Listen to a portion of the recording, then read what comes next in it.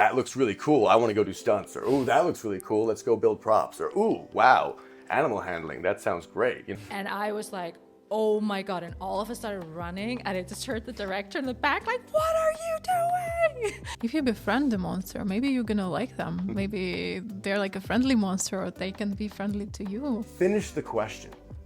Most of the time that we question ourselves, we stop like halfway through. Am I good enough for what? Chances are, yeah. If you're not, how can I get there? Don't take yourself seriously. You don't know anything. Like, in fact, not knowing something is its own virtue. Not knowing that you can't do something is fantastic for filmmaking. Not knowing that people don't want to see this is fantastic for filmmaking. You can make a fantastic film and you can make a fantastically bad film. And they both kind of require the same level of like, I believe in this. That middle part that nobody wants to see. Be the defender, be the protectorate of this idea that's been revealed onto you, or that you've cultivated, or that you bled for. The one who's like, this is what needs to happen, however it needs to happen.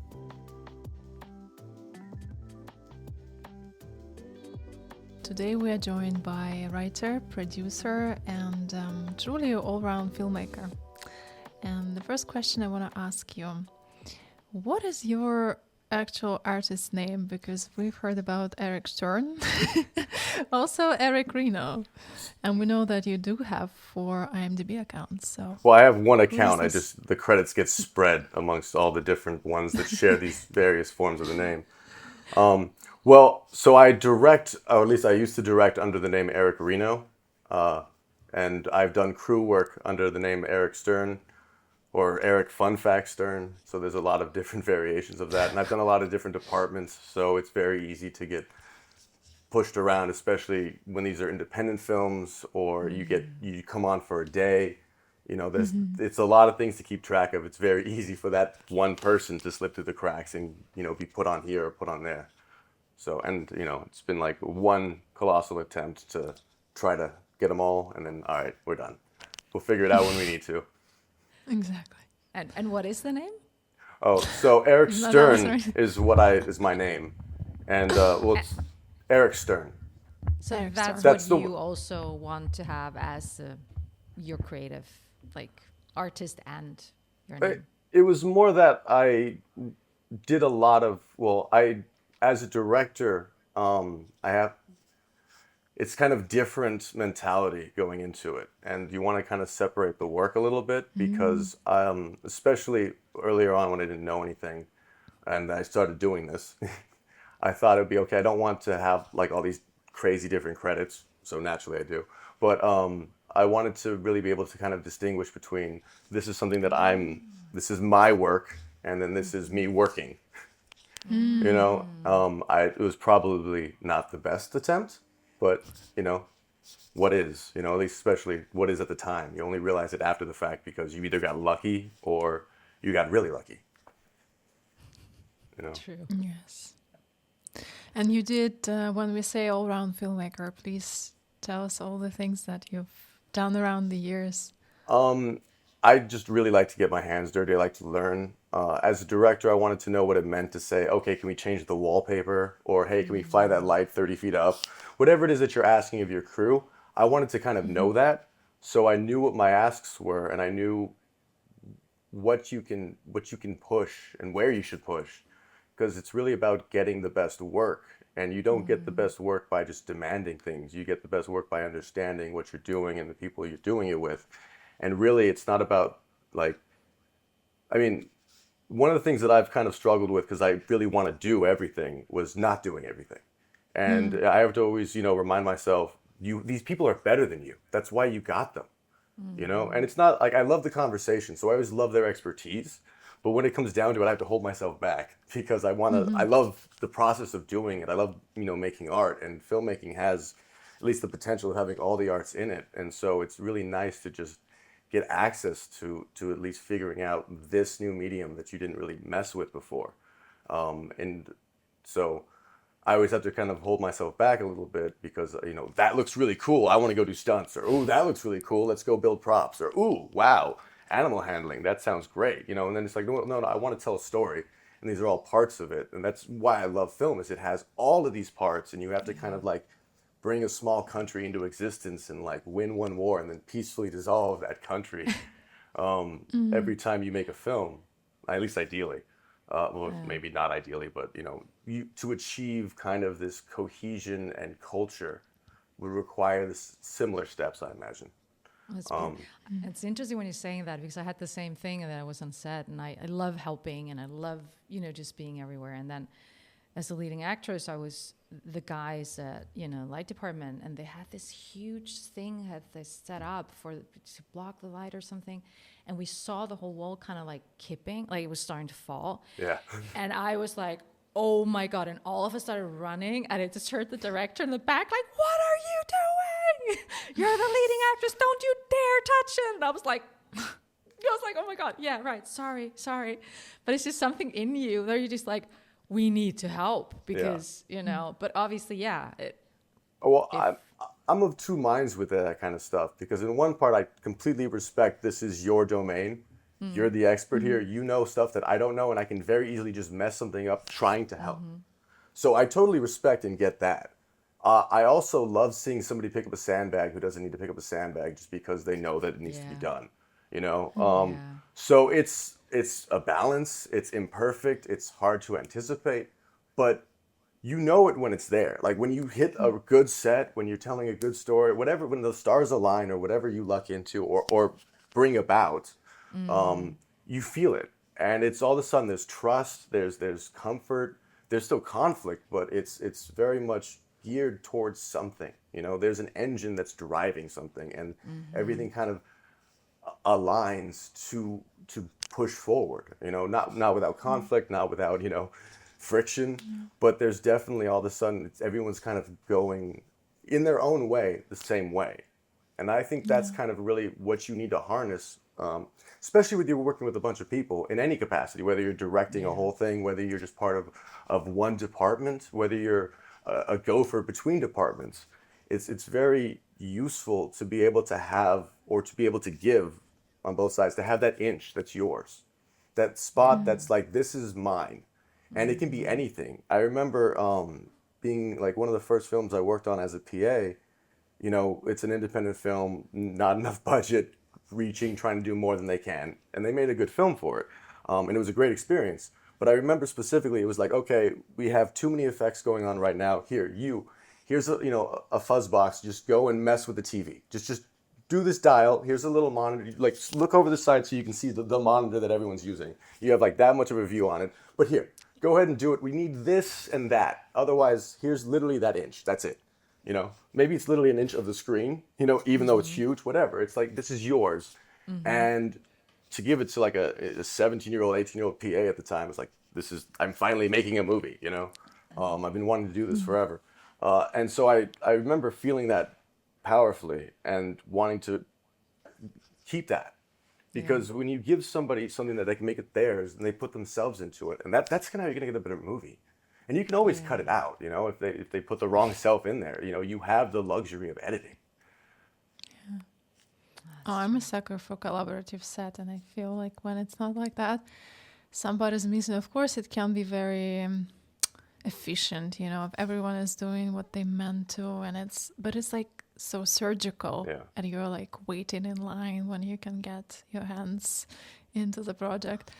And I don't know, I love when you can collaborate and then you can suggest something, and sometimes you have to hold back if you're like, you know, I really like, too imaginative. And sorry. So I really like the surgery imagery for it. Surgical. Like there is a time to be surgical when life is on the line, right? That's when you can be surgical. And it's like, we make films, right? We tell stories. Life should not be on the line, right? But realistically, we're also dealing with a lot of power, heavy equipment, a lot of egos, a lot of stuff. So it's not like there aren't dangerous moments on set, you know, or even getting to set, you know, it can be very dangerous moments. Those are kind of the moments to be surgical, not when you're sitting there trying to make art. When you're trying to make art, it's, you can have precision, but that's a precision in a take. That's precision in a schedule. That's precision in a confined space. But you need to have the room to breathe around that so that you're not constantly in this life or death moment, because then what's the alternative to life at that point, right? Do you want to have, it's always nice to have another option other than just demise. Yeah. Sure. And it's making film, so somehow it should be fun. Yeah. Not all the time, 24/7, but fun should be somewhere in the equation. Otherwise, like, what are we doing? Like 30 people in one small crowded room without light. Like, why? Like, what is going on? Why? I wonder about that. Like, where is fun in the equation? And is the equation the same for everyone? You know, No. is it like fun? Is it like, I don't know, hard work plus fun equals film? Is it, you know, luck, get the right people together equals fun? Oh, by the way, somehow there's a film there. Or is it the film doesn't matter because we have so much fun? Or does it, you know, the fun doesn't matter because we have so much film? Like, I think it's, you know, it's all particles and waves, you know, it's all very minutia. And you're talking about so many different people. To make even this, like the smallest film, it still takes many people. And even if you do it yourself, you're not doing it for yourself. I mean, you're exhibiting it to people. So the whole point is it's a mass art. It's an art of the masses. So it's literally about a bunch of people, even if it starts with just one. It doesn't end there. And if it does end there, then nobody knows about it. And why are we, like, it doesn't come up in conversation. It didn't exist anymore. So, like, okay, good job. Like all the thousands of animals out there living crazy stories that we would never know because they either, like, the whole line went extinct, or this happened, you know, right now, but in a place where nobody's going to know about it. Like, it's a moot point. It's interesting you're saying that. So I would love to just go a little bit deeper with that. Do you enjoy, like, for me, it was hard in the beginning. I think it was the stress, the pressure, wanting to do the good job, like, then constantly fucking questioning myself, still working on that one. Like, I'm not good enough, this is not good enough, that is not whatever. And to the point where I realized for me that when I'm able, and I love that, just to fully let go, when I'm standing, now I'm talking about when I'm standing in front of the camera as the actor, and lose track, just being there in that moment, and afterwards going like not being able to pinpoint anymore, like, what was I doing? Yeah. That gives me a good feeling now, because I know, like, afterwards I'm like, I have no idea what I did. I just know I was in the flow, and that's something that I learned. That is the beauty of it for me now. For you, yeah. For me, you know, well, a film requires it's a tribe of different people, you know, like most people who get into film, if you really talk to them and they've stuck through it, they didn't choose to get into film. No. It was either like film chose them, or, wow, you can do this and, like, be a person. This isn't, like, mutually exclusive. Okay, I'm in. You know, we're a weird bunch, but we're all, as much as we're similar, we're still different to like what drives us, why we're doing, like, the equation. Where does it fall in? Where does fun? Where does Zen? Where does that moment fall into the equation? Everyone's got, like, at least a slightly different equation, if not a radically different equation. But somehow it always ends in film, you know, somewhere that way. If we've already excluded for filmmakers, that is. Yes, but for those who really stick into it, I think, like, the questions, they don't go away. They just change, you know? And I think, like, it's different for a director than for an actor, because an actor, what you described, that is nirvana. That's, like, ideally what you want from, like, a director wants the actor to, and I say actor genderlessly because it's of course, it's a rule.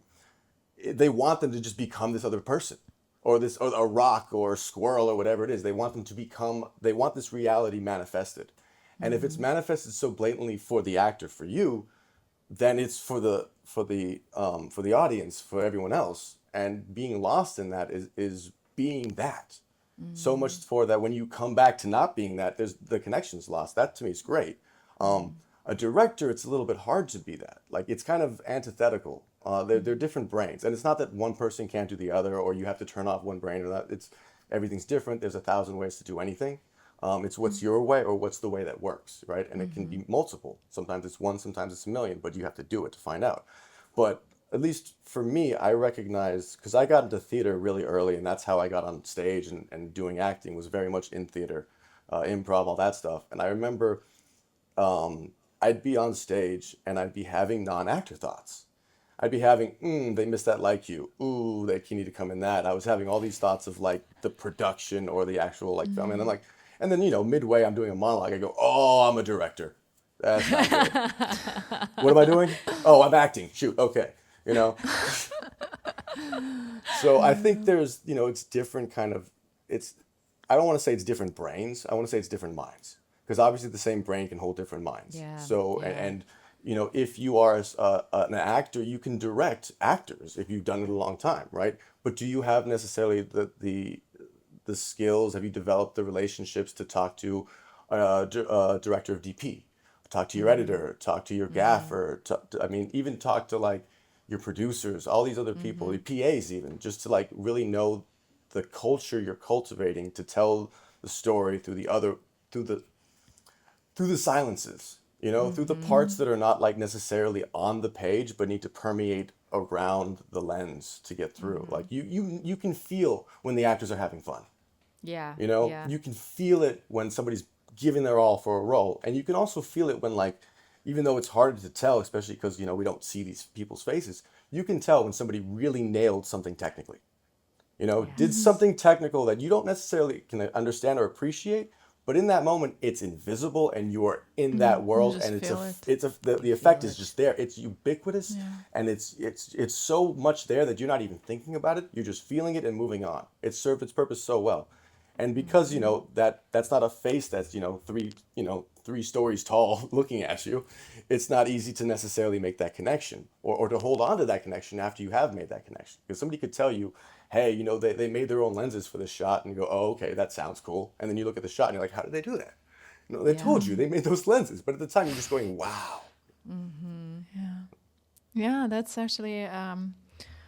I spoke to someone who is in the sound department, and they told me the only way the audience notices the sound people, then something is wrong. Oh, yeah. And normally if you're in the movie theater and you're watching the film, yes, you understand this is like part of the experience, the amazing sound effects.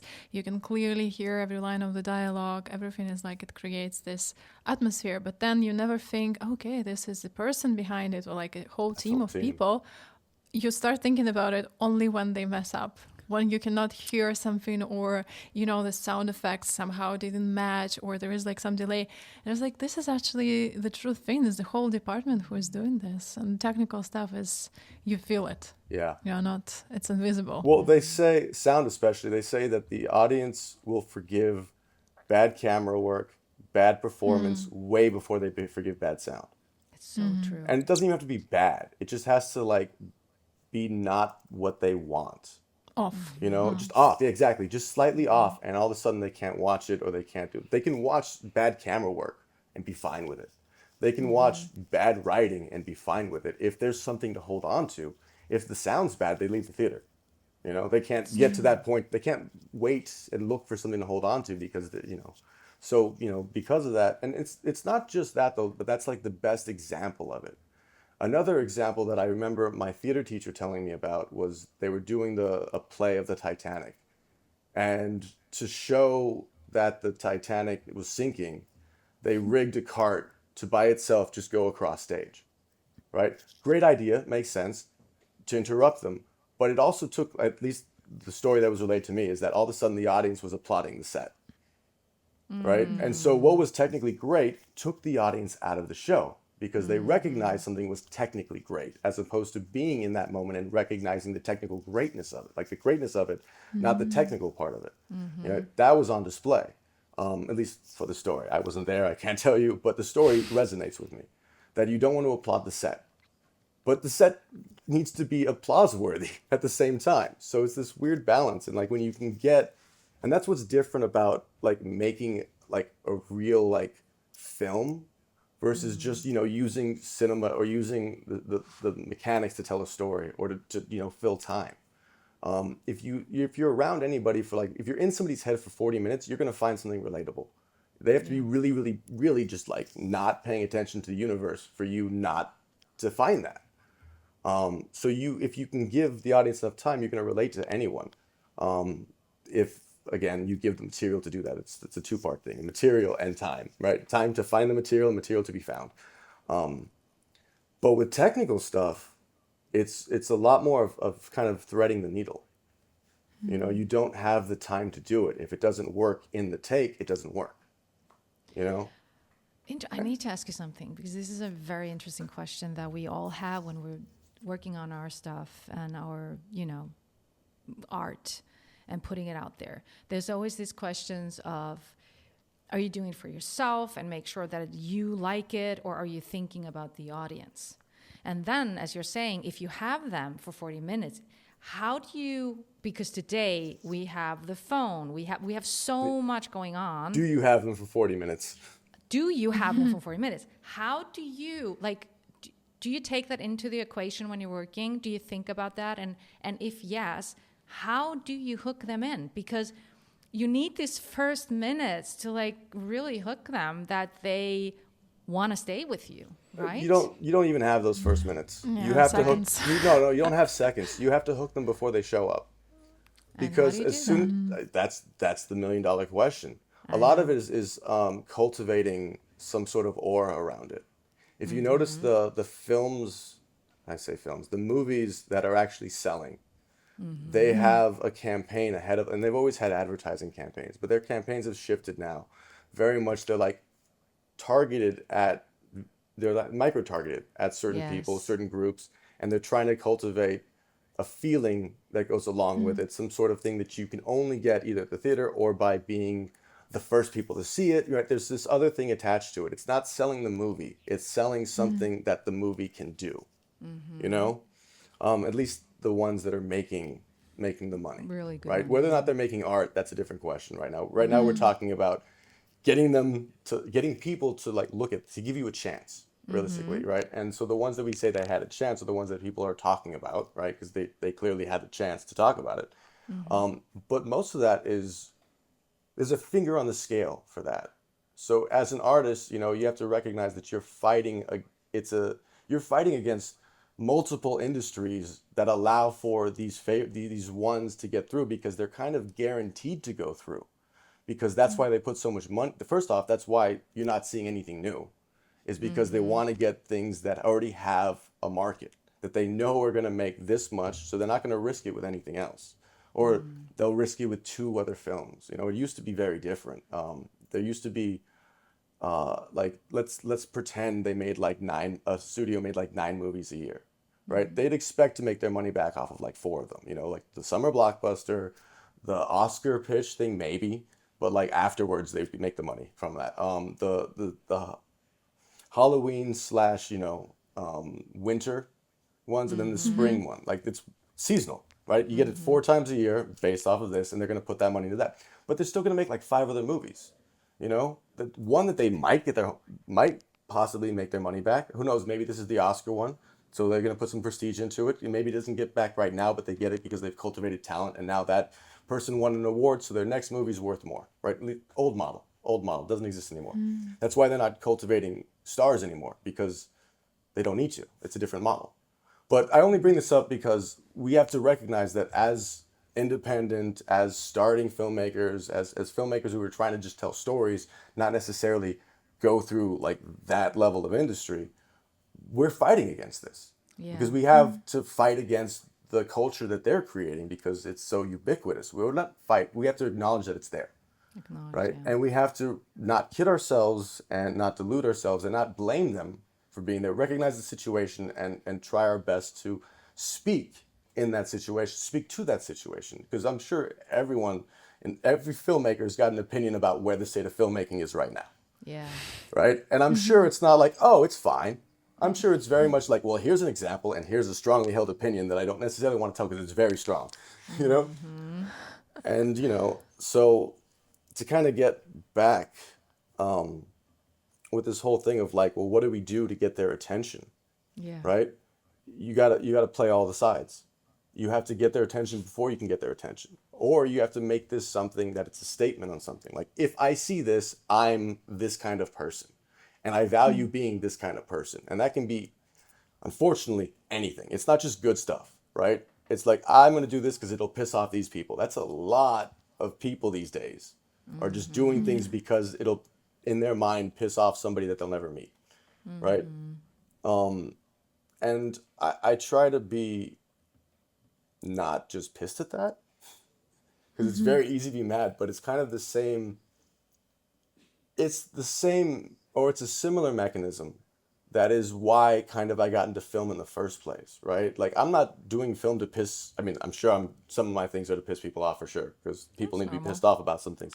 But it's more that like there's so much like work that I value that's really impacted me, and it's done by people that I physically can't reciprocate. I can't say thank you. I can't be like, hey, this is great. I made you a pie or something. You know, here's some pasta. Because they're dead for thousands of years. They're thousands of miles away. There's thousands of people around them. Whatever it is, I can't pay it back.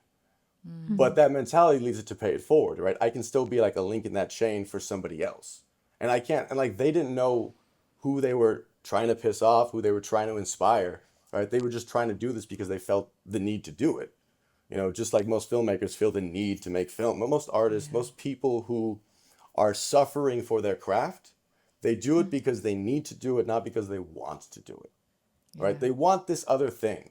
And so suffering, you know, I want this, suffering, hopefully that. Whether or not that's true or not, that's just the equation we find ourselves in, because we're willing to suffer for this because this is worth so much and this is so exalted.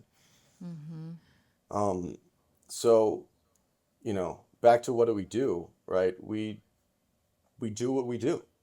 Right? Yeah. You have a feeling about this thing, whatever it is, if it's the outside world, if it's the inside world, it resonates. And if it resonates with you, it's going to resonate with somebody else. You just have to kind of take yourself out of it to some degree. Like it starts with you. You are the filter of your own work, of the universe, right? The universe is coming down through you and you are filtering it into a life experience. And then you can do something with that, you know, and how you feel about it, that's an engine. Right? That's like I'm angry. Ugh, that's an engine. Oh, I'm sad. It's a different kind of engine. Maybe it's in reverse, whatever, but it still provides energy or force or whatever to whatever the correct part is for this analogy. And it's really about being able to harness those things that you feel, right? And then step away and be like, okay, well, it's not me because, well, personally, I think art as catharsis for the artist is a waste of time for everybody but the artist. And I hate it. I think it needs to be for something else, whether that's for another person, for a concept. Like, if you see somebody write a love letter for something that you love, chances are you're going to have strong feelings about that. Whether it's, oh my God, I feel the same way, or how can you feel that way? How did you not catch this whole thing? And it's that interaction between like the particles and the waves, the interaction between that's life. You know, that's the dirty, that's the rub, but that's also where you can make the work. This is where you can get something that inspires because you're saying something, yes, it's using the same words that everybody else is using, but you arrange them in a different way that only really you would have done at that time. You know, borrowing from everybody who had every word beforehand, you just managed to bring it along this far. And then somebody can bring it along a little bit farther for somebody else. Yeah. It's true. It's beautiful. And yesterday you said something that the camera is one-eyed, like empathy machine. It's a one-eyed empathy machine, yeah. Exactly. It's been well known to be an empathy machine and obviously has one eye. Yes, and it's kind of like it's giving the audience your peace of mind. It's shaping their perspective. It's also directing their attention. And this is the huge responsibility as well. Yeah. And I like how you speak about art, making art for someone, because otherwise it's like a little bit of a jerking mechanism. It's so masturbation. Like that's all it is. Like, if it's not so done it's for like an external you're thing. festering your own ego that you're so important and your suffering deserves this, airtime and no one else is, and it's just you.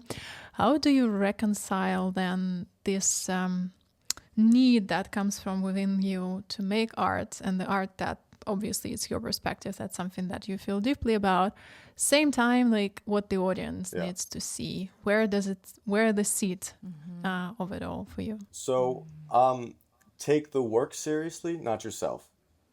You know, like be the defender, be the protectorate of this idea that's been revealed onto you, or that you've cultivated, or that you bled for. Be the protector of it. Don't be it. Don't be the manifestation of it. Don't be the bearer of it. Be the guardian. Be its mother. Be the bear for it. Be the one who's like, this is what needs to happen, however it needs to happen, right? And in a way that respects the process and the people who are making your fucking movie. you know? Something that it's like one of the problems that I have is I do hold art and filmmaking in such admiration that when I see people who, in my opinion, have no business on set, or I see practices that have no business anywhere near the camera, I get animated. It's really hard for me to keep working with that because it's like, you know how many people want to be where you are right now? Do you know how many people would have killed to have this position, and you're just making the stupidest mayonnaise commercial the stupidest way? The amount of money and not even money, but the amount of equipment going to this, it's like, okay, I understand this is how our system works, and I understand that at the same time it's employing all these people who learn these skills, and I'm fine with that. It's just, do you have to be a dick about it as well? Like, yeah, they're making your mayonnaise commercial, man. Be happy. Whatever it is. Anyway, so to get back to the point, what really comes down to is, take your work, take your craft seriously, respect it. Don't take yourself seriously. You don't know anything. Like, in fact, not knowing something is its own virtue. Not knowing that you can't do something is fantastic for filmmaking. Not knowing that people don't want to see this is fantastic for filmmaking, right? Because it'll insulate, like, it's this weird thing. It's like shooting the moon, right? You can make a fantastic film and you can make a fantastically bad film. And they both kind of require the same level of, like, I believe in this, And it's that middle part that nobody wants to see. People love horrible films, but there's something magical about them because the person who made all these horrible decisions believed in every one of them. We don't need to do another take. It doesn't matter that they ran into the side. Yeah, it's fine. We didn't steal a motor for the octopus model that we stole. Just shake it around a little bit, Ed Wood, for those who don't know. But there's something magical in this U-shaped thing. It's just, losing yourself in the middle that nobody cares about. So really just yes, take your work seriously. Don't take yourself too seriously, but believe in yourself and cultivate a process that you can trust. And that includes people who are better than you, people who have been where you want to go. Yeah. It's fascinating listening to you. You are through and through a storyteller. Everything you say. And I know you grew up surrounded by beautiful storytellers, like your nonna, right? My That's nonna, how you pronounce my it? grandmother, and your father. Yeah. And how did that shape the way you tell your own stories? Well, I learned from my nonna, I learned how powerful stories can be. She was, when I knew her, she was a paraplegic, and she kind of willed herself to use her arms to some degree so she could feed herself, put her makeup on, but with laws, And she was such a strong person. You knew when she entered a room, even though she had to be pushed into that room. You knew she was there. And she could tell stories not in her native language, right? To me in English, she could tell stories that became, at the same time, these are, universal stories that any European kid would know, but told to me like it was invented for me. Like the kid is mine because all of a sudden it has blue eyes like I had, or it had a characteristic that I had. Something, to get the kid to stop moving around and listen at the beginning. But then weaving it in, and I could feel, though I didn't know it at the time, I could feel what would become this kind of important theme in my life, which is this kind of, I call it the chain. It's links between, it's the links of human history, done in like, this one is, film, this one's storytelling, whatever, and you just see how they connect. And yeah, they might not connect every chain to every chain, but every chain connects. So from her, I really learned the power of storytelling. And from my dad, I learned like the comedy and the gregariousness of how you can kind of like hold court at the table, or, talk to anyone, kind of take the same story that, you could tell to kids, right? And then tell it to a bunch of, adults on the job, on like a blue collar job, or at, in the office, just learning kind of how to like, there's even though you can have specific ones, you can still be universal in a sense of like, you can tell the same story for different audiences without necessarily personalizing it, but just recognizing where the value is for them. Right. And I found that through humor, because he could tell a joke. He could tell the same story, right? And know this is the part for that joke, or this is the part for this joke, or I push this one up. And so that's kind of my luck growing up with two fantastic storytellers. And how did it shape then your way of working and the stories you decide to tell? And Yeah. Well, for me, my problem is I'm too intellectual. I very quickly get into my own head and go off into symbols and stuff like that, and I have to bring it back down and be like, this is for other people. This isn't just, I'm so smart. This is about a visceral connection that people have to understanding something that you can't just tell. If I could just tell people it, then I would be making films. In fact, I've gotten to the point where I try to just be able to communicate the essence of the idea to the people who need to know and not try to tell my movie. Because if every time I tell my movie, every time I write a version of the script, I've satisfied that desire to tell a little bit. And then it's not there when I'm going to tell the movie because I've told it. And now I'm repeating myself. As opposed to like, I'm thinking about it and I'm bringing it into fruition right now. I'm trying to like go through all of the noise, the signals, right? Everything there and try to like make this be communicable to somebody else. It's a weird thing of like, you need to have practice talking a lot to talk. But if you want to be honest with it, you don't want to rehearse what you're going to say. Right? So it's this weird balance. And this thing that I see all the time, right? It's this absurdity of life. If you want to go left, you have to go right, If you want to know, you have to forget. If you have to forget, you need to learn. It's just this weird thing of like, yeah, if you want to do the thing, you're doing it wrong, you have to not do it. I'll give you another example. When we're kids, or when we fall in love with this, we're really in that moment, right? We don't have any skills, we don't have any understanding, but we know that moment. We only have that moment. And so we have to forget that moment to learn about history, to be able to think about the future, right? We have to learn from the past to predict our future. And then now all of a sudden, especially as actors, forget all that. Yep. All that stuff that you had to get rid of as a kid to become an adult, you have to lose all of that, but still retain the fact that you have to hit your mark right there. And the lighting's here, so get that way. And it's going to be bright and hot, but it doesn't feel bright and hot because it's a cold day. Yes. And you have emotions. It's winter and you're freezing. Yeah. You're freezing. Okay. You're freezing. We've got, 300 watts of light right here on you, just out of frame. And it's basically, a hot bulb because it's tungsten, but it's a cold day. And that's actually ice. That's why we're putting all the CTV on it. I don't know. Whatever it is. That's why you're wearing the parka. Exactly. And that's not sweat. Those are tears. Yeah, exactly. That's so beautiful. Yeah, you've got to be very imaginative at the same time. You spoke about two ways to filmmaking, and I will hazard a guess that filmmaking have chosen you, or maybe it was like both ways. But how was it for you when you did know that it was for you, and you shared the love for the silent film as well with us? I do love it. Yeah. Yes, please tell us when it all started for you, when you felt hooked.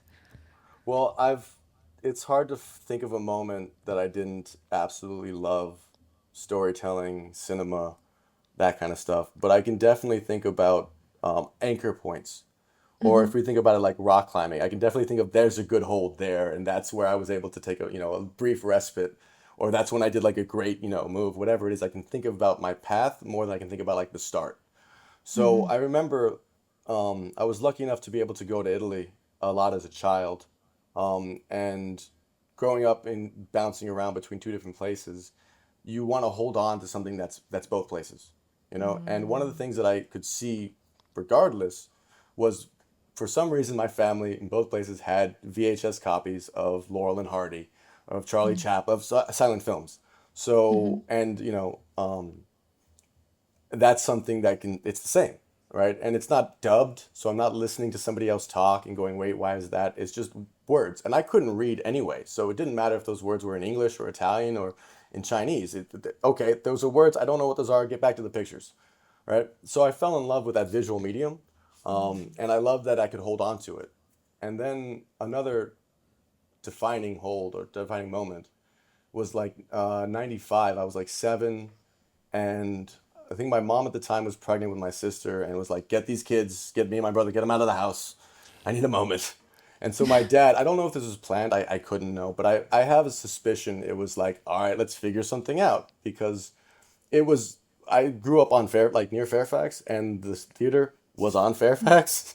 It's not that far of a drive. It's pretty much a straight shot. Oh, look, they're doing this. Why don't we just pull over and stop?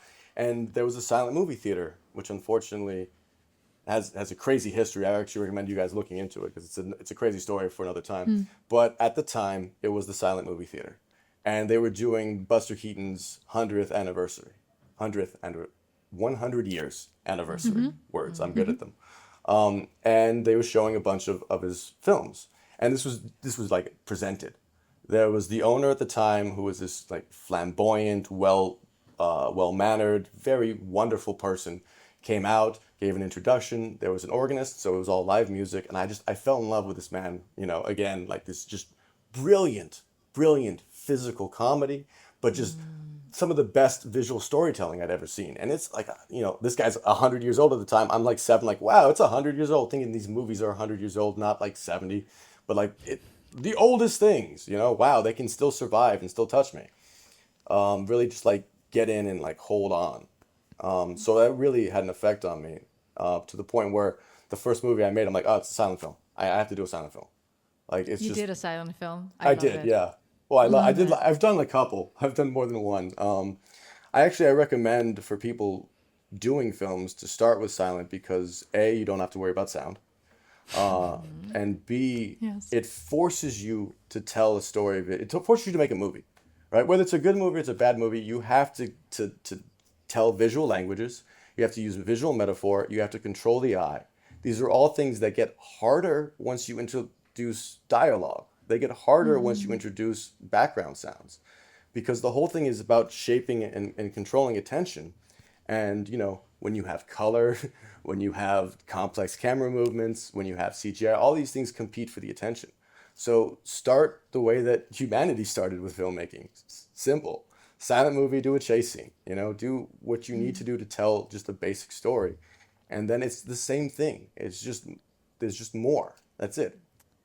Can we please have the link? Is there Sure. a way that we can watch those films and Yeah, I even can send for you the pineapples. audience that we could put in the show notes? Because I love this. This is fascinating. I have And- like the first one where you can see all of my flaws. Love it. I can send you that link for that. It's called Pineapples. I think it's on YouTube still. Yeah, okay. If somebody didn't take it down trying to get money off of me, I don't know. I have to double check. Please, it would be That's amazing amazing. just to learn from you and exactly what you're saying. That is the thing with like, it makes it easier. At the same time, you can really do what you want to do. Like start off like that. You can only really do what interesting. you want to do when you make it easier. Yeah. And whether that means like traditionally, and by traditionally I mean like the industry, it means mountains of money. Really, just get either you just decide to make like they did with the Garden with the old studio systems. You just get people there, and it's 9 to 5. They go every day. They're going to be doing it for a year. Eventually, they'll give you something amazing, right? It's either like that, or it's like no. We're just going to get the experts who are going to do this, and we're going to put them all in the room and not let them leave until they give us 2001: A Space Odyssey. Like you can get it anyway, right? The question is like how, and what are you willing to sacrifice for it? Because everything takes sacrifice. I mean, talking to filmmakers about sacrifice, I don't need to tell you anything. All your money you spend on putting yourself in a position to sacrifice more. I get it. We suffer for our art, and then we think it's the only option. But like we're still doing it. So there's something there that makes it worth it, right? Until it's not, and then go back into that other spiral. But I'm pretty sure as artists, we're not unused to spirals. Yeah. I would love to ask you then, because we're there now, is that like a lot of us, I've been there, we self-sabotage, we don't think we're perfect or good enough, we freeze. And like, what would you recommend to someone that is starting off and is like new to the industry, but has been chosen, like, because we're 3 of us here, it is what it is. You are kind of chosen, like it chooses you. Yeah. It's nothing that you go like, oh, I'm just gonna try it. It's like a bug. It's like I don't know what it is. I've been trying to shake it off for years. I'm just like, Good it's luck. okay. I don't need it. If you not can working. figure out, let me know how. Yes. Yeah, not working. Please. So what would you recommend, like for those that like how to take their first steps? And would it be the silent movie? Is there something else? I mean, do what you're drawn to for the first technical steps. I think much more important is the internal stuff. You need to cultivate your subconscious, because your subconscious is going to get your back. You guys were lucky enough to talk to Adrienne, who is given these. She thinks she's given these dreams. I don't think so. I mean, I respect her opinion. I think she's cultivated her subconscious. I think she trusts herself. She's spent a lot of time imagining things. And so her subconscious is like, here you go. And then she's powerful enough in her mind to say, I got this externally. So this is to not have her ego involved, which promotes getting it again the next time. Like I can see 3 different ways in which this happens, right? But at the same time, it all produces the same thing. So it doesn't matter which one of the 3 it is. What matters is to keep going, is to cultivate it. And here we're talking about, just that I say Please. that, here we're talking about Adrienne Hopgarten. Right? That's how you spell The it. wonderful person, yeah. That was the episode before, and you guys are like, the way she talked about you, you're like twins. Like We are like twins, yeah. Yeah, beautiful, amazing. Yeah. No, she's a wonderful person. I'm very lucky to have her in my life and to have her close in my life. Yeah, I can't speak highly enough of her. She's absolutely an amazing person. She really brings out the best in other people, and I'm very much. She probably mentioned that she's more the sun and I'm more the moon, because I'm despite this bubbliness, I'm very dark. I spend a lot of time thinking. She spends a lot more time laughing, you know, and so I look at it like Perfect combination. It is. It's gorgeous. Well, I love it. I think of it like I spend a lot of time trying to cultivate a laugh, trying to like distill down, figure out like how does this concept. Where's the absurdity in this concept, and how do I show everyone that it's the same thing, right? That it's absurd. She kind of just does it effortlessly by like being present with people and being like, "Hey, you're awesome," you know. And like it's just I look at them like, how do you just do that? Yeah. And it's just it's who she is. She's cultivated her whole life. Yeah, you we know? felt that when we were interviewing her. Right. We were Yeah, just she's like, amazing. oh my God. Yeah. Sorry. I just wanted to say that because. But anyways, back to the question, as in, what would you like, you know? So I think, cultivating your subconscious, letting not just the part of your brain that says I do the work. You know, that's a big thing. And that's like, hey, you're like driving down, you're taking a shower, you're doing the dishes, you have an idea. Good. Don't be mad that you can't write it down right now or do that. Explore it. Go through it, thank it, you know, let it sit with it, wrestle with it, you know, and then come back to it when you have the chance, you know, because what you have, when you even having that distance is kind of a good thing, because you're only going to remember the important stuff, right? And then if something else was important, you're going to come back to it differently. So now you have 2 different perspectives on something so it's even better if you pursue it, right? If you go, oh, I was doing that and I lost it and I'll never get it again, you're right. You won't, because you just gave up on it and you just gave it the power to run away. So there's a lot of subtle things. And then the other thing that I would say, which speaks more to self-doubt, is finish the question. Most of the time that we question ourselves, we stop like halfway through. Am I good enough for what? Like specifically, what are you good? What's the question? We like to have these very vague questions of like, is this perfect? What's perfect? I mean, I think perfect means you can't see the flaws. So if something's perfect, oh shit, what's wrong with it now? You know, what couldn't I see that's going to bite me in the butt later? You know, it's not so much of like perfection exists so much as it's a mindset of like, oh, I don't need to see the flaws. This is good enough. This is more than enough, right? So I'd say finish the question in your head, right? Am I good enough for what specifically? Chances are, yeah.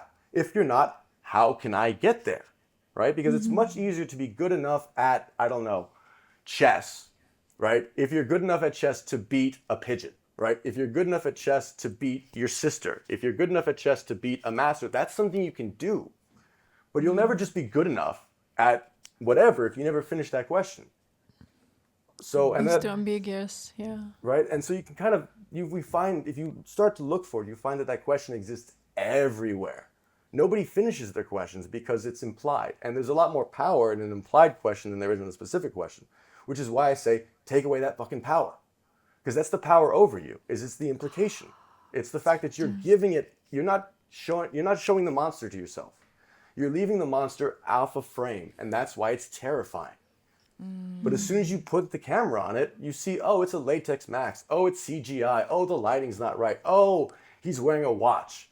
Whatever it is. Or, oh, wow, this is an amazing monster. And you're not scared because, again, you've seen the artifice. And even if the artifice is amazing at that point, you run into the problem that you didn't want to have before, right? So, like, all of these things are still true. You just need to provide the same thing that you're doing for your audience, for yourself. And just think about yourself, I don't want to say as an audience, but you're not separate, right? The things that apply to them apply to you. You're just thinking about it, so it changes the equation a little bit. But as what seems to become a theme, everyone's equation is different, and you change it all the time. What does that mean? It just means be aware of where you put your X.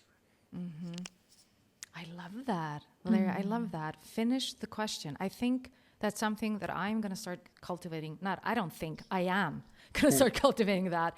That is a big issue with me, that I just don't go, like, it's exactly what you say. Like, am I good enough? Yeah. Well, what do you mean? It's not your fault, too. Like, let's not pretend that there's not, like, a bunch of people with a bunch of money employing even more people with degrees to get inside your head to get you to say, oh, I'm not going to do whatever it is. And if you also don't do this, that's not, like, against why they put that money in. That's good. That still works. Or they don't care. Either way, it's like, that's not what we're talking about. So it doesn't matter if you're saying, I'm not good enough for this raise, is also, I'm not good enough to leave my job, is I'm not good enough for this tomato, or whatever the hell it is. Like, it doesn't stop them from having control over you, which is why whatever this is. Specifically, like, listen to the time you hear an advertisement, right? They're trying, they have an agenda, right? Anytime you read, like, we can't get away from bias. If you put a security camera, they decided what's important and what's not important, right? So everything, by its nature of being in this world, has some sort of bias or agenda, right? That's not inherently a bad thing. What's the bad thing is assuming they're all bad, or just saying it's an agenda and being done with it. Understand the minutia of it, right? Why are they doing this? Show the monster, and you'll see it's a dude in a suit, right? It's somebody spending a lot of time painting pixels. It's not a monster. But it's a monster when you don't look at it. And it's not only is it a monster, it's the most terrifying monster you'll ever have, right? The reason why Jaws works as a movie is because you don't see the shark until you see the shark. And you just see enough of it to be like, that's terrifying. And it's bigger than that, you know? Yeah. I also think it's interesting, like, I'm terrified of horror movies. Like, I cannot watch them because I think I have too vivid of imagination that it's like does things to me. But then if you befriend the monster, maybe you're gonna like them. Maybe they're like a friendly monster, or they can be friendly to you. And it's all like, if you're not looking at it, then you can never know. Yeah. This is wonderful. This is very practical tool, I think, for everyone and for us as well, because all the time, if you're not being specific, even if it's the same, it works actually the same way with your wishes. When you're like, oh, I want to be happy, and then you don't even know what happy looks like. What is You cannot even define it, and then someone says, well, sit down and write what happy means to you. And like, oh, wait a second, this is a step towards the direction I've heard I'm never gonna take, because I don't know how to define it. It's like, you know. Well, it's also terrifying to realize your own definitions, right? Because it's one thing to be free floating in space. You can be anything, right? The blank page is a masterpiece until you go to touch it, right? Because it's potentially everything. And then as soon as you touch, like, I'm dyslexic, dysgraphic, and I usually have like dirty hands because I'm messing with something, right? Not like dirty hands, but if I go touch like a clean white page, you know that I touched it. And if I write something on it, you don't know what I wrote because it's chicken scratch. So growing up, I'm like, oh, that's a white page. I'm not supposed to touch that. I'm just gonna ruin it, you know? And then it got to the point where it was like, cool, white page. All right, now let's start. You know, I don't have to worry about ruining it. Let's make it better. Yeah. You know? That is beautiful. You know what I thought about now? We were so lucky to have your beautiful wife on, Roxy Stern. She is amazing. That's why I married her. As you are. And the two of you are so lucky, and you're blessed with a beautiful son. And because you're talking about like dirty hands and let's just touch it and, you know, make it, you know, like how has fatherhood, I'm just going to ask, has fatherhood changed the way you tell stories? I Yes, but in a weird, okay. It's having a kid. One of the things that they don't really talk too much about, everyone talks about the moments and the feelings and stuff like that, but they don't talk about how you go back to being a kid. You're all of a Yeah. sudden, especially when you're looking at your kid and they do something that you did as a kid or reminds you of something, all of a sudden you, at least for me, I had to just, I'm there, and I'm like reliving thoughts that were so vivid back then that I hadn't thought about because I had no reason to think about. And then now all of a sudden it's like, yes, I'm not even a year old and I'm looking up at the garden and I'm appreciating light through the leaves in a way that like I've romanticized, but I'm not like viscerally seeing it. And so like I see, his look and I'm like, I remember that look. That's what I was feeling. And I'm probably wrong, you know? It's probably at anything like it's a tenth of it or like points in the right direction, but it's enough to send me back. And being able to go back there, I've cultivated this because it's such a powerful thing. What was important to me, because when you have a kid, you realize that the video game you've been playing, the tutorial, has nothing to do with the actual game. You thought you were playing a racing game this whole time. It's a building simulator. There's nothing to do with like the controls, how to use the controller, but you don't know the game. You've been lying to yourself this whole time. And so, having him in my arms, suddenly going back to when I was in someone's arms, thinking about all these things that ultimately are the reasons why I want to be a filmmaker or why I want to tell stories. It got me realizing what was really important. And, it's not, I want to be smart. I want people to think that I'm smart or I'm a good filmmaker. That comes from going through school. That comes from being part of society and feeling you're not this, or you want to tell people you are this, or being this or that, or whatever it is. And then you just want to say like, no, it's this, whatever this thing is. And so you learn either to like express that or you learn to avoid these other things, but it's not about those things. That's kind of antithetical to why you're actually telling stories. You're telling stories because you need to tell stories. And there's something in you that cannot have this conversation, that cannot say, this is the story I need to tell, because the conversation is the story. Like, that's the thing. And to manifest it any way else than that is to not do it, right? It's like I want to make a sandwich. Cool, here's soup. Like it's absurd when we talk about it this way, but it's not as absurd when it's like, hey, what's your movie about? Well, it's about like 47 minutes. You want to watch it? Like, and then they'll tell you much more than I can possibly tell you because I spent those years putting it all in every frame. If you do that, let's not pretend like everybody's, spending all that time to make a movie. Most of the time it's like, oh, I want to do this and I have this much time. Fuck it, let's do it. There's that great set joke. How many first ADs does it take to screw in a light bulb? Fuck it looks good, let's shoot. There is a virtue to just shooting. There's also a virtue to meticulously planning everything. It's not that one exists and the other one doesn't. It's okay, which one do you choose when and why? And how do you implement it? It's all minutiae. It all comes down. It's all particles and waves, because that's what you're trying to do. You're trying to use particles to make waves. True. Do you feel that like when I'm listening to you, it feels like everything has just become like more vivid and intense? The reasons for doing it and the importance of it have become like obvious.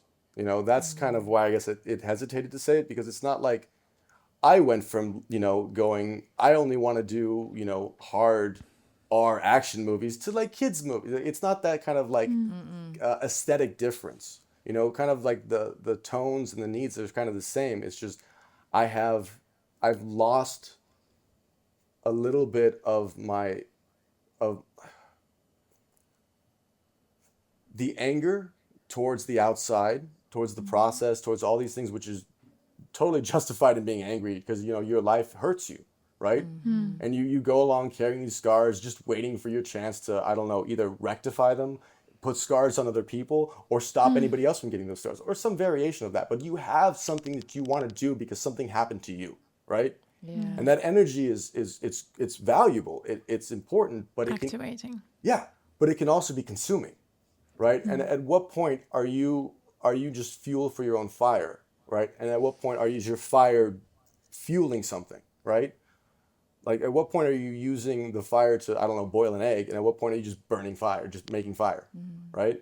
So it's kind of, the trick is to figure out how to harness and for what. And so, like, I've definitely maintained an intensity. You know, I definitely feel very much strongly that, like, stories are how we come to know the world and symbols are why we care.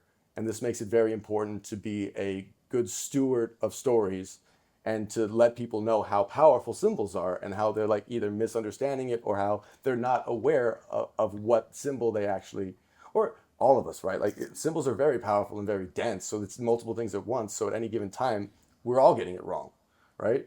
And so it's kind of a little bit of humility in the face of the absurdity, right?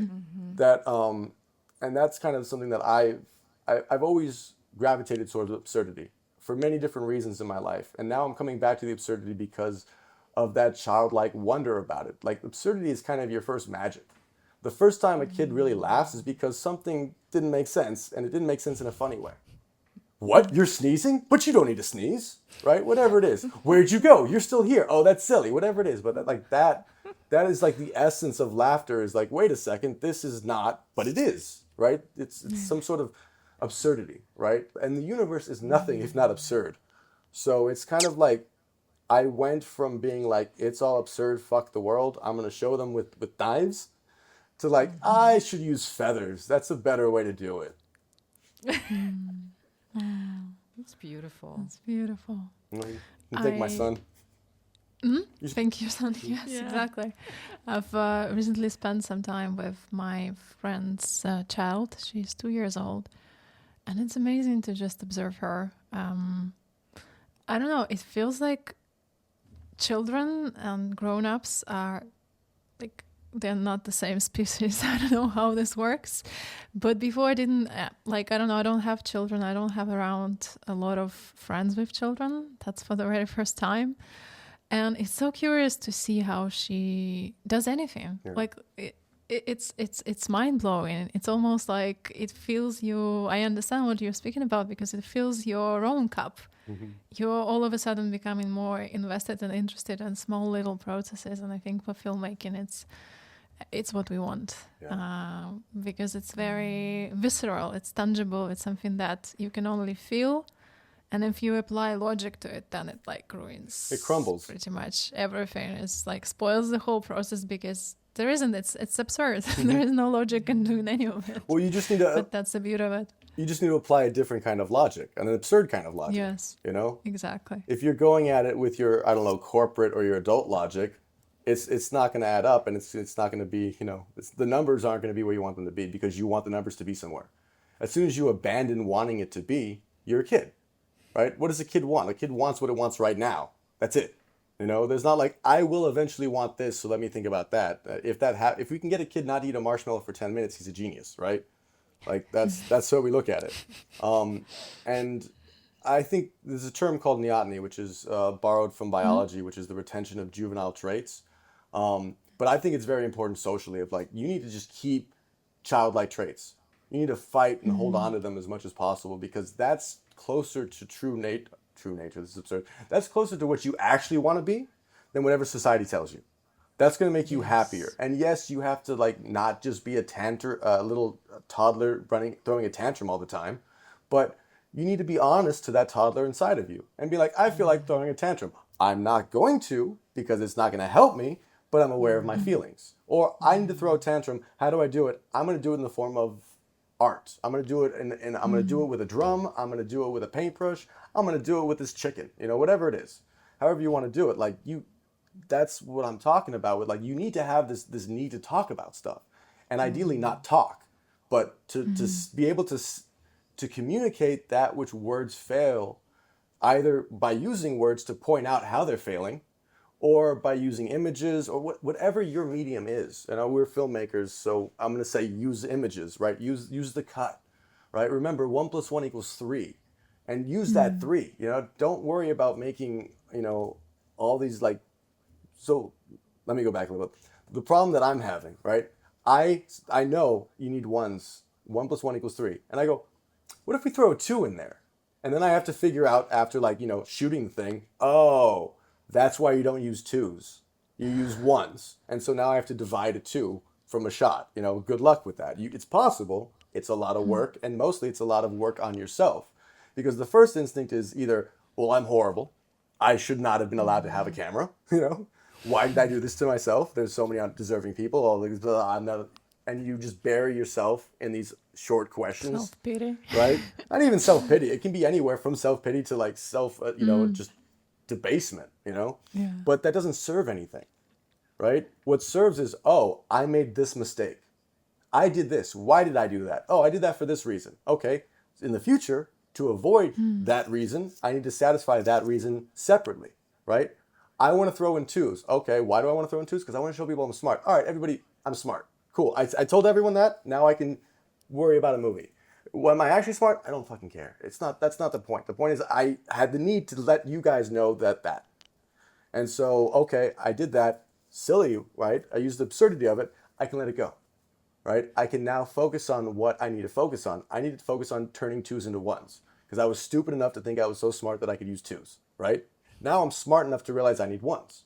Which part of mine do I want to stick on? Do I want to hold on to? Do I want to hold on to, oh, I was so stupid, I used twos?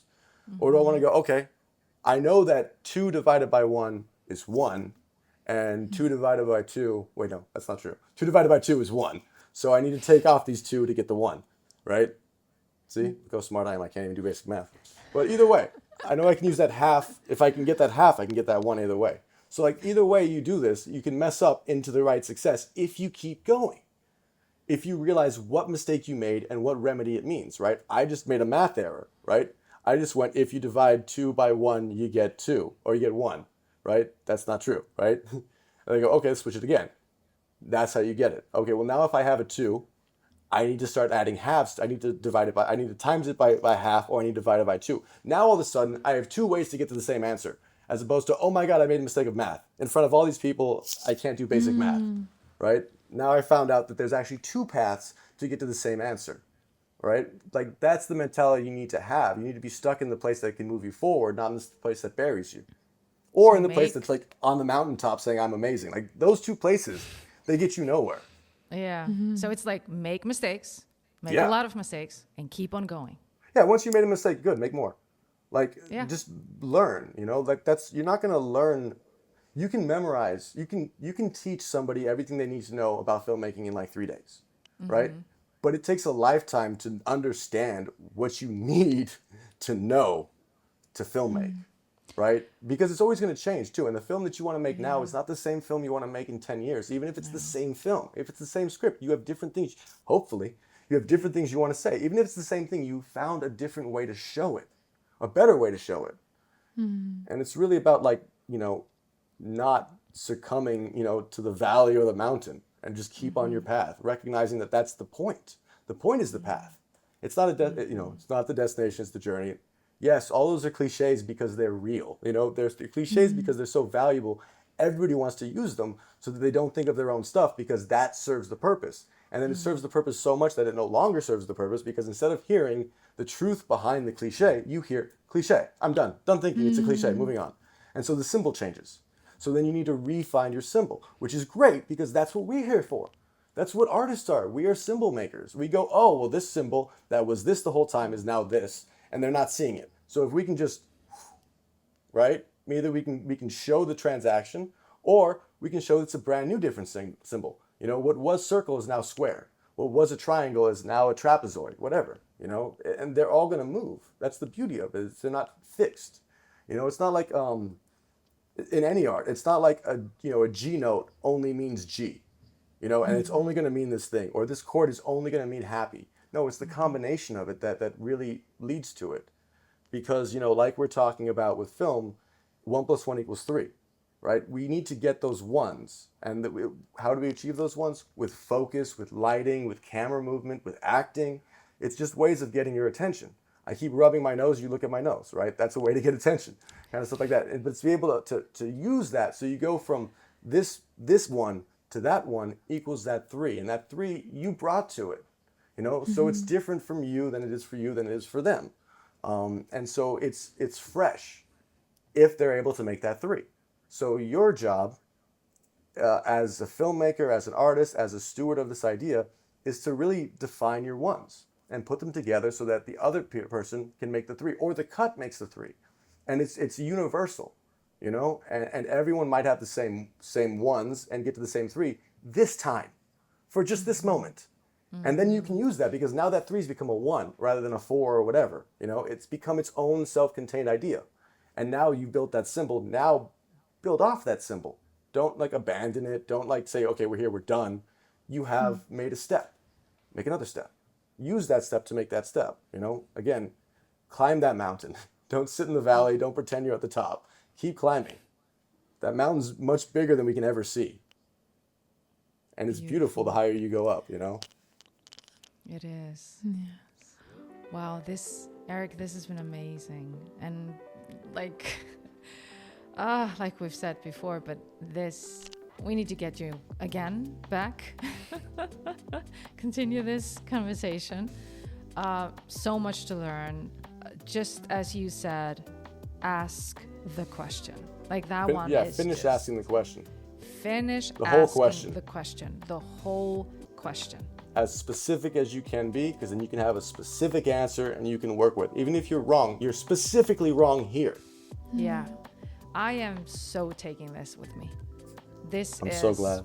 This is gorgeous, really gorgeous.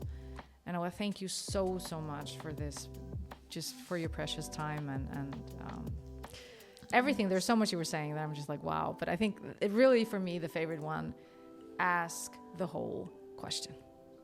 Thank you very much for the opportunity.